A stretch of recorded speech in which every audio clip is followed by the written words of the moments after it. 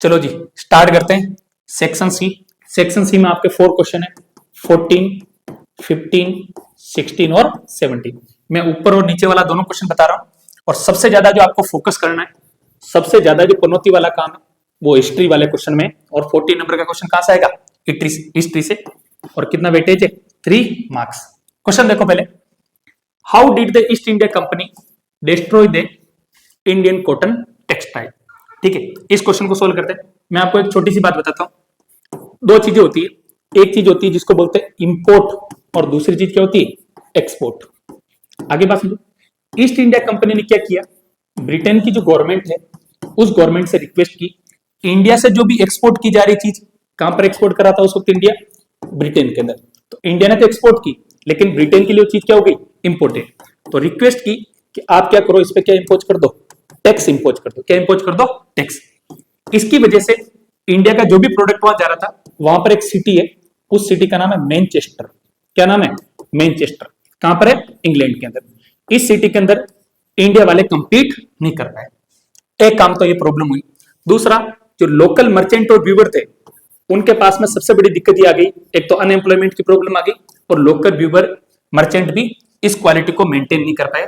आपकी स्लाइड में जो लिख रखा है उसको मैं समझा देता हूं। हाँ, एक आपको ईयर का ध्यान रखना है, 1850 तक 31% था और 1870 के अंदर कितना हो गया? 50% हो गया। यानी ब्रिटेन ने अपना कारोबार खुद बढ़ा दिया और इंडिया का अपना क्या हो गया? डिक्लाइन होने लग गया। और अगर आपको याद आ रहा हो, 1860 के अंदर इंडिया का थोड़ा सा बढ़ गया था। किसमें बढ़ गया था? ब्रिटेन में। क्योंकि यहां पर एक जगह एक चीज होती है जिसको अपन बोलते हैं सिविल वॉर, और सिविल वॉर कहां पर हुआ था? United state of America. आगे बात समझ। तो ब्रिटेन है, उसको सप्लाई पहले कौन करता था? यूएसए। लेकिन यूएसए से सप्लाई कट हो गई, अभी कौन कर रहा है? इंडिया। लेकिन धीरे धीरे ब्रिटेन ने इंडिया की मोनोपोली क्या कर दिया? खत्म कर दिया। स्लाइड में देखो, under pressure from the industrialist of England, the government their import duty. Tax लगाया जाता है किसी भी चीज पे। हमेशा अपन बाहर किसी चीज को बेच रहे हैं, अपना कंट्री तो नहीं लगाएगा, इंपोर्ट पे टैक्स लगेगा on Indian cloth, so that Manchester goods could sell in Britain without facing any competition from outside. ये पहला point. On the other side, persuaded the East India Company sell British manufactured industrialist Indian market. As a result, by the 1850 the import of British cotton cloth into India had reached 31%, which increased to more than 50% by 1870। इन 1850 में कितना था? 30% के आसपास था। 1870 में कितना हो गया? 50% के आसपास हो गया। मतलब ब्रिटेन में अपन कुछ चीज बेच नहीं पा रहे और ब्रिटेन अपने को क्या कर रहा है? फिनिश्ड गुड, या बोलो कि प्रोडक्ट अपने मार्केट में क्या कर रहा है? सेल कर रहा है। The imported cotton goods were so cheap that viewers could not easily compete with them। अब एक चीज देखो, यहां पर ब्रिटेन में ना 1812 में एक चीज होती है जिसको बोलते हैं इंडस्ट्रियल रिवॉल्यूशन। आगे बात चलिए। जबकि इंडिया के अंदर इतना बड़ा उसका इंपैक्ट नहीं पड़ा था। तो लोग जो क्या करते थे इंडिया वाले, वो मैनुअल हैंडमेड प्रोडक्ट का मैन्युफैक्चरिंग करते थे। In this way east India company destroy the Indian cotton textile industry. Okay, अगला क्वेश्चन है, पहले क्वेश्चन को पढ़ लेते हैं। In the 17th century, merchants from towns and Europe began employing peasants and artisans within the village। Explain this statement। RBSc 2025 supplementary में question आया हुआ है कि 17th और 18th सेंचुरी में यूरोप ने टाउन्स के अंदर मर्चेंट की क्या कंडीशन थी, उससे लगभग मिलता जुलता इसका आंसर है। इसलिए मैंने इस क्वेश्चन को डाला कि वापस पूछ सकता है पेपर सेट। क्या है, थोड़ा स्लाइड में देख लेते हैं, फिर आपको पूरा लैंग्वेज की फॉर्म समझा देंगे। ढंग से देखो, by the 17th and 18th century, merchants from the towns in Europe began moving to the countryside because in the cities urban crafts and trade guilds were powerful। ठीक है ना? अर्बन का मतलब एक ऐसा सेंटर जो रूरल है ना, रूरल उससे थोड़ा सा अलग है। ठीक है, गिल्ड क्या होता था? एक मर्चेंट क्लास थी जो बहुत ही ज्यादा पावरफुल थी और दूसरे लोगों को क्या करते? कंट्रोल रखते थे। क्या रखते थे? कंट्रोल। ओके, ये ध्यान रखना। गिल्ड और गोमास्ता दोनों का पहला लेटर जी जी है, लेकिन दोनों अलग चीजें हैं। इस चीज को दिमाग में रखे चलना है, वैसा वर्षा नहीं। At the same time, small and poor farmers in villages were looking for new sources of income because open fields were disappearing and commons were being enclosed. Open field का मतलब छोटी सी जो जगह है उस पे अब धीरे धीरे क्या हो रहा था, एग्रीकल्चर जो प्रोडक्शन हो रहा है या किसी भी किसान को खेती हो रही तो जमीन क्या हो रही थी, कम पड़ रही थी। Okay, when merchants came around and offered advance to produce goods for them, peasants household eagerly agreed. eagerly का मतलब होता है खुशी से, इच्छा से। by working for the merchant they could remain in the countryside and continue to the cultivate their small plots. इससे क्या होगा, उनको किसकी जरूरत पड़ती थी, रॉ मटेरियल की जरूरत पड़ती। किसकी पड़ती थी, रॉ मटेरियल। सपोज करो किसकी सप्लाई कर रहे हैं, कॉटन की, और कॉटन कहां पर जाएगा, टेक्सटाइल इंडस्ट्री का। ओके, ये आपका क्या हो गया, इसका आंसर आपका कंप्लीट हो गया। इतना ही आपकी बुक में दे रखा है, 3 पॉइंट ही देने। कितने पॉइंट देने, 3। ठीक है, इसके अंदर सबसे इंपॉर्टेंट चीज है, कौन सा पॉइंट है, गिल्ड्स का नाम बहुत इंपॉर्टेंट है। ठीक है, और लोगों को एडवांस में पैसा देते थे। आगे बस अपन किसी कुछ काम करवाने बोल दे भाई आप इतना एडवांस दे दो तो मैं काम करना चालू कर दूंगा। आगे देखो, what are dams, why are they called multipurpose project. Dam कुछ भी नहीं है, एक बैरियर है जो आपका वाटर फ्लो है उसको रेस्ट्रिक्ट करेगा और एज ए रिजर्वायर उस वाटर को क्या करके रखेगा, स्टोर करके रखेगा। अगला क्वेश्चन है, why they are called multipurpose project. Multi का मतलब होता है नंबर ऑफ और पर्पज का मतलब होता है target. At a time 3-4 target को फुलफिल करना है। पहला क्या कर रहा है मल्टीपर्पज या dam, drinking water facility available करवा रहा है। दूसरा वाटर क्या प्रोवाइड करवा रहा है, इरिगेशन के लिए। तीसरा किसके लिए प्रोवाइड करा रहा है, हाइड्रो इलेक्ट्रिसिटी। चौथा क्या है, अगर आपने बीज लाकर डाल दिए सीड्स तो यहां पर मछली पालन भी हो सकता है, जिसको अपन क्या बोल सकते हैं, फिशरी। क्या बोल सकते हैं, फिशरी। यानी ये तो अपनी नीड को पूरा कर रहा है। इरिगेशन से मॉनेटरी वैल्यू जनरेट हो रही है एग्रीकल्चर की वजह से, यहां पर भी मॉनेटरी वैल्यू जनरेट हो रही और यहां पर भी मॉनेटरी वैल्यू जनरेट हो रही। स्लाइड में क्या लिखा हुआ है उसको थोड़ा पढ़ लेते हैं आप लोगों के लिए। Meaning of a dam is a barrier across flowing water that obstruct, directs और रिटार्ड द फ्लो। रिटार्ड का मतलब होता है उसकी वेलोसिटी को कम करना। Often creating a reservoir, lake और impoundment. Dam refers to the reservoir rather than the structure. Okay, the reason for the calling dam multi-purpose project, apart from the irrigation, the purpose of dam is to electricity generation. दूसरा क्या लेकर का, water supply for the domestic and industrial usage, flood control, recreation, inland navigation and fish breeding. Fish breeding का मतलब fishery. Hence dams are now referred to as multi-purpose project where the many usage of important water integrated with one another. Important का मतलब connect कर रखा है एक को दूसरे से, एक जगह से पानी आ रहा दूसरी जगह स्टोर हो रहा। अब एक आपको एग्जांपल देना जो आपके सिलेबस में दे रखा है। For example in the Sutlej Beas river basin dam बना, उसका नाम क्या है, भाखड़ा नागल प्रोजेक्ट। ये जो इंडिया का फर्स्ट 5 ईयर प्लान था, फर्स्ट 5 ईयर प्लान चालू होता है 1951 टू 1956। इसी टाइम पे पंडित जवाहरलाल नेहरू ने एक स्टेटमेंट बोला था कि multipurpose project are the modern temple of India. Okay, water is being used for both hydro power production and irrigation. Hydro power production का मतलब वाटर को यूज करके क्या जनरेट कर रहे हैं, इलेक्ट्रिसिटी। ओके, नीचे वाला क्वेश्चन देखो, state the main feature of taanka that are made for rain water harvesting. कुछ भी नहीं, राजस्थान के बच्चे को ये चीज तो बहुत अच्छी तरह से याद होगी। अपने घर में एक टांका is an underground tank that was built to store rainwater in homes in semi-arid and arid region of Rajasthan. Tanka could be as large as big room.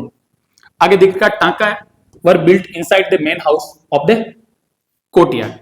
They were connected to the sloping roofs of the house through a pipe. Rain falling on the rooftop would travel down the pipe and was stored in the underground tanks. The rainwater can be stored in the tanks till the next rainfall. Many houses construct underground rooms adjoining the tanka. Room would be remain cool. इसमें क्या करना है, 2 चीजें मैं add कर देता हूं। देखो, ये आपके रूफ है, आप एक छोटा सा फोटो भी बना सकते हो ब्यूटीफुल सा, और ये आपका क्या जो कनेक्ट कर दो, पाइप। छत का जो पानी है उसको नीचे आप कहां लेके जा रहे हो, वाटर टैंक के अंदर। इसी को क्या बोल रहे हैं, टांका, या इसको बोलते हैं वाटर रिजर्वायर। ओके, अब इसमें दो चीज और क्या लिखनी वो मैं बता देता हूं। ये राजस्थान का सेमी एरिड रीजन है जहां पर फॉलो किया जाता है इसको। एक डिस्ट्रिक्ट का नाम है, उसका नाम है बाड़मेर, दूसरे डिस्ट्रिक्ट का नाम क्या है, बीकानेर, और तीसरा जो डिस्ट्रिक्ट है जो भी नया बना हुआ जोधपुर से अलग होके, उस डिस्ट्रिक्ट का नाम क्या है, फलोदी। ओके, ये आप एग्जांपल लिख सकते हो और छोटा सा डायग्राम बना सकते हो। Next question, explain any three main difference between federal and unitary forms of government, describe in brief the language policy of India. मैं आपको लैंग्वेज पॉलिसी ऑफ इंडिया वाला इधर में बता दूंगा। ओके, इसको पहले इधर देखते हैं, फेडरल फीचर और यूनिटरी फीचर। फेडरल में क्या होता है, यूनियन गवर्नमेंट और स्टेट गवर्नमेंट दोनों के बीच में पावर का क्या रहेगा, डिस्ट्रीब्यूशन रहेगा। यूनिटरी में ऐसा नहीं रहेगा, यूनियन गवर्नमेंट ज्यादा स्ट्रॉन्ग है कंपैरिजन टू स्टेट गवर्नमेंट। क्या यूनियन गवर्नमेंट और स्टेट गवर्नमेंट के बीच में इक्वल डिस्ट्रीब्यूशन ऑफ पावर है, इसका मतलब यूनियन गवर्नमेंट कोई भी ऑर्डर नहीं दे सकती स्टेट गवर्नमेंट को। यहां पर यूनियन गवर्नमेंट क्या करेगी, स्टेट गवर्नमेंट को क्या करेगी, ऑर्डर दे सकती। अगर फॉलो नहीं किया तो उसको क्या किया जा सकता है, डिसमिस भी किया जा सकता है। एक काम और अच्छा करना, एग्जाम में समझदार बच्चों, इसका एग्जांपल दे देना यूनाइटेड स्टेट ऑफ अमेरिका, और इसका एग्जांपल दे देना यूके। यूके ना लिख के आप क्या लिख देना, ब्रिटेन। यूनिटरी और फेडरल, फेडरल और यूनिटी, फेडरल और यूनिटी। ओके, अगली स्लाइड में पढ़ दूंगा। Describe in brief the language policy of India. देश का जब संविधान लागू हुआ था तो देश के अंदर कुछ लैंग्वेज को दर्जा किया गया schedule language. Initially commencement of constitution 26 जनवरी 1950 को यह डिसाइड किया गया था, हिंदी है ना देश की जो ऑफिशियल लैंग्वेज रहेगी, प्लस इंग्लिश भी देश की क्या रहेगी, ऑफिशियल लैंग्वेज रहेगी, ये बोला गया था। आगे बात सुनिए, और ये प्रोग्राम अपन 1965 तक करेंगे, दोनों को एजरी चलने देंगे। लेकिन 1965 के अंदर फिर प्रॉब्लम चालू होगी, हिंदी को लोग ज्यादा फोर्स करने लगे। साउदर्न स्टेट है, उन्होंने बोला नहीं, हम हिंदी को अपोज कर रहे हैं, हमारी या तो लोकल लैंग्वेज चाहिए या इंग्लिश लैंग्वेज चाहिए। तो गवर्नमेंट ने इस पॉलिसी को कंटिन्यू एज इट इज क्या किया, फॉलो किया। अभी कॉन्स्टिट्यूशन के 8th शेड्यूल के अंदर टोटल 22 लैंग्वेज दे रखी, एक आपका हिंदी है प्लस 21 लैंग्वेज और दे रखी। इसका मतलब क्या है, इसको समझ लो। यूनियन गवर्नमेंट स्टेट गवर्नमेंट के साथ में कभी भी कम्युनिकेशन करेगी, बातचीत करेगी, तो इन लैंग्वेज में से किसी भी लैंग्वेज के साथ में उनसे बातचीत कर सकती है। तो यूनियन गवर्नमेंट किस लैंग्वेज में काम करेगी, या तो उसको हिंदी में काम करना है या किस में करना है, इंग्लिश के अंदर काम करना है। ये दोनों लैंग्वेज को फॉलो करेगी। और क्या मतलब है कि ये जो ऑफिशियल लैंग्वेज, इसका मतलब क्या है, सपोज करो आप, मैंने 2014 में रेलवे का एग्जाम दिया, आप सेंट्रल गवर्नमेंट का कोई भी एग्जाम दे रहे हो, तो कोई भी स्टूडेंट अपना एग्जाम लिखने के लिए इन 22 लैंग्वेज में से कोई भी पर्टिकुलर वन लैंग्वेज, तमिल है, कन्नड़ है, तेलुगु है, मलयालम है, आपका क्या बोलते हैं इसको, हिंदी है, इंग्लिश है, उर्दू है, पंजाबी है, आपका क्या नाम है, गुजराती है, मराठी है, कोई सी भी एक लैंग्वेज को चूज कर सकता है सेंट्रल गवर्नमेंट का एग्जाम देने के लिए। रेलवे का 2014 में मेरे पास एग्जाम हुआ था, ठीक है, वो पेपर पड़ा आज भी मेरे पास, 12 लैंग्वेज में, तो उसमें भी पेपर आ रखा है, 12 से ज्यादा होगा, 150 पेज है उसके अंदर लगभग, हो सकता है 15 लैंग्वेज में, ठीक है, गुजराती में है, उर्दू के अंदर है, हिंदी के अंदर है, बहुत सारे लैंग्वेज। तो इसका मतलब ये। ओके, अब अपन आगे बढ़ते हैं। लिख क्या रखा है फेडरल में, स्लाइड में पढ़ लेते हैं। In federal form of government the power are divided between central state level and both the government are independent at their level. मतलब यूनियन गवर्नमेंट स्टेट गवर्नमेंट को कोई भी ऑर्डर नहीं दे सकती है। यूनाइटेड स्टेट ऑफ अमेरिका की जो central government है उसमें टोटल यूएसए में कितने स्टेट है, 50 स्टेट है, किसी भी स्टेट को कोई ऑर्डर नहीं दे सकती। While in unitary form of government there is only central government, state government are dependent on central government. State government को central government को follow करना है, central government चाहेगी तो state government रहेगी, बाकी dismiss कर सकती है। In a federal system, subjects are divided between the union and the state government, whereas in unitary system subjects are not divided। यहाँ पर एक वर्ड लिखना भूल गए, not। In unitary form of government, state government are responsible to central government for their work, while in federal form of government, state government are not responsible to the central government for their work. ये मैंने 3 number में बनवाया, मुझे लगता है कि 2 number से बड़ा क्वेश्चन बनना नहीं चाहिए। आपकी बुक के अंदर 3-3 लाइन दे रखी, इतना ही देर का। अब आप आ जाओ लैंग्वेज पॉलिसी वाले क्वेश्चन पे। Language policy of India, the constitution did not give the status of national language to any one language. Hindi was identified as the official language. Beside Hindi there are 21 other languages recognized as scheduled language by the constitution. A candidate in an examination conducted for the central government position may opt to take the examination in any of these language. States to have their own official language. Much of the government work take place in the official language of the concerned state. The central government responded by agreeing the continue to the use of English along with Hindi for the official purpose. Initially ये कहाँ तक था? 1965 आपकी book में दे रखा, कोई language मैंने बोली। Next question, why should credit at reasonable rate be available for all? Explain. Accepting currency deposit in one of the most important function of the bank. देखो फार्मर है रूरल एरिया के अंदर, तो उसके लिए गवर्नमेंट एक स्कीम लेकर आ रही है, केसीसी किसान क्रेडिट कार्ड। इसका रेट ऑफ इंटरेस्ट रहता है 6 to 7%। टाइम पे जमा करा दे तो गवर्नमेंट 1% का डिस्काउंट भी देती है, 6%। मनी लेंडर के पास जाएंगे तो 24 रेट ऑफ इंटरेस्ट लेगा, 24%। इसकी वजह से वो इंसान क्या कर सकता है, अपने फैमिली की इनकम वगैरह इंक्रीज कर सकता है। अगला देखो, accepting currency deposit is one of the most important function of the bank. Explain. इसको मैं समझाता हूं। बैंक के मेन 2 काम है, एक तो आप जो अमाउंट लेके जाते हो उसको क्या करना, डिपॉजिट। बैंक दूसरा काम क्या करती, क्रेडिट करती। क्या करती, क्रेडिट। क्रेडिट का मतलब क्या होता है, लोन देना। क्या देना, लोन। अब इसमें समझो खेल, इंटरेस्ट रेट डिपॉजिट पर आपको बैंक क्या देगी, कम देगी, और क्रेडिट पे बैंक इंटरेस्ट रेट क्या लेगी, ज्यादा लेगी। तो ये जो डिफरेंस आ रहा है कम और ज्यादा का, इसका मतलब बैंक यहां से क्या जनरेट कर रही है, प्रॉफिट। एक तरह का क्या रन हो रहा, बिजनेस। और यही बैंक का क्या होता है, रेवेन्यू होता है। आगे बात सही। इसका मतलब बैंक जब तक लोगों का पैसा लेके अपने पास डिपॉजिट नहीं करेगी तब तक लोगों को लोन नहीं दे पाएगी या क्रेडिट प्रोवाइड नहीं कर पाएगी। इसलिए बैंक के अंदर जो पैसा डिपॉजिट होता है वो बहुत ही ज्यादा इंपॉर्टेंट है। और पैसा जो डिपॉजिट होता है उसमें एक चीज और लिखनी, जिसको अपन बोलते हैं डीडी। डीडी बोले तो डिमांड डिपॉजिट।